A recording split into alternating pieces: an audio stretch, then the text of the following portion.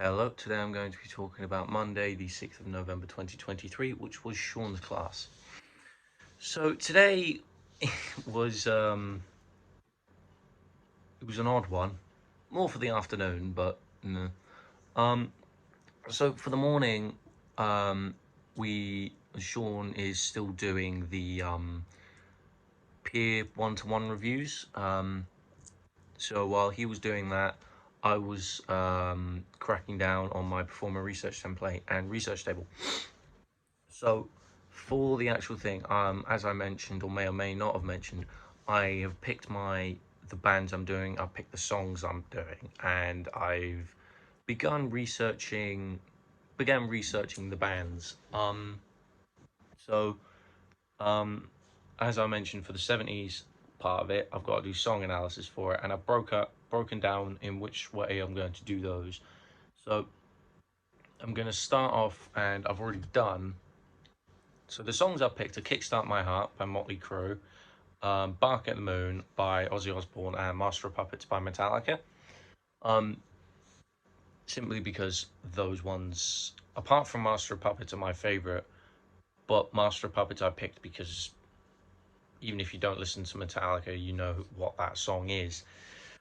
Um, so I'm gonna do those in that order. I've already done "Kickstart My Heart." I'm doing it in the order of easiness because Master of Puppets, because it's so long and a fairly complex song, I'm gonna leave that till last just so I can get as much information on it as possible. I already know like the social context for it, which is like which is like controlling the populace, hence Master of the Puppets. Um, so Bark at the Moon, I haven't gotten around to that one yet, but it's probably something to do with drugs. It's Ozzy Osbourne, it always is. But yeah, I'm gonna get those cracked down next week, I think, whilst working on it during class. I began writing the Metallica thing first. Yeah, I began writing down the Metallica stuff. I got up to the point in which Jason Newsted gets kicked out in 2001. Um, so pretty much what happened was after Cliff Burton died, they replaced him with a guy called Jason Newsted, who the rest of the band didn't treat very well because they were still grieving. So they thought, you know. Um, so really, what happened was that after in 2001 they released their album Reload, which had the only hits I can think of it are Memory Remains and Fuel, which both very, very big songs by Metallica. And he wanted to work more on his side project. James Hetfield, the rhythm guitarist and frontman, uh, pretty much just booted him out for no apparent reason. He said, "Look, I want to work on my side project." James said, "Look, you can have all the time in the world because you're being fired." His words. So he went to work on his stuff, and he got replaced by former Ozzy Osbourne bassist Robert Trujillo. I think it's Trujillo, something like that. And he's popular for the crab walk and having his bass below his bloody knees. So there's that. Well, after doing the research into that, what do you know? It's lunch, so we have lunch, we come back, and I go over to Luca to see what he's doing because he's doing new metal. Like his slideshow is with Callum, and they're doing new metal. So I go over, I listen to the genre a lot. Me and him start talking. I told him to maybe add this, add this. I don't know how to use Logic, but I know how it should sound. So I passed on. So I asked him if he wanted my help, and he said any help's necessary. So I came over, started helping. Then Alfie came over, and then James came over to help him with the actual like programming of Logic. And then Callum came back from having a drink or going to the bathroom or whatever. So we got working on this, and then Sean mentioned, "Oh, why don't you guys ad lib some vocals?" We thought, yeah, that's cool. So we worked out something. Um, it was embarrassing, but it was funny.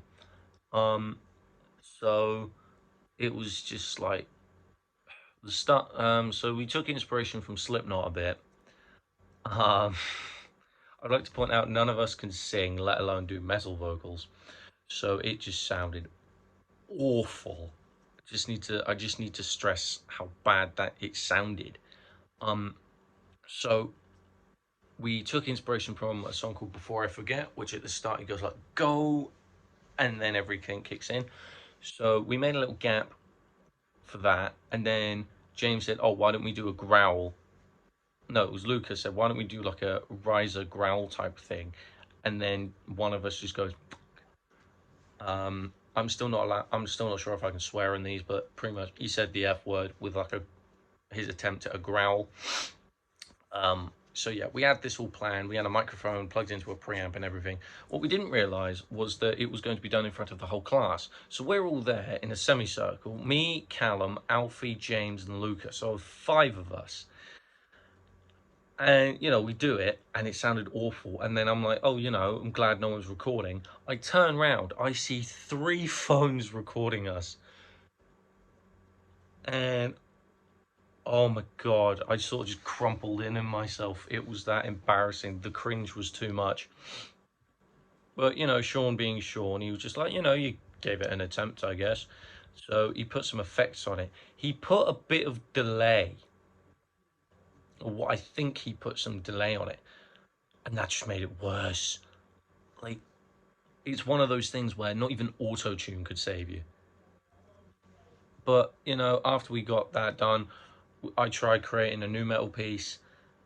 The problem I have with it is you can never find what you're looking for. I know exactly how I want it to sound, but I don't have the technological skill to implement it.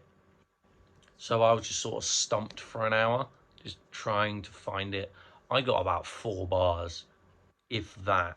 And it was literally just drums and guitar loop, and that was it. But I had no idea what I was doing. But really, that's all that happened for Monday, and I shall see you tomorrow.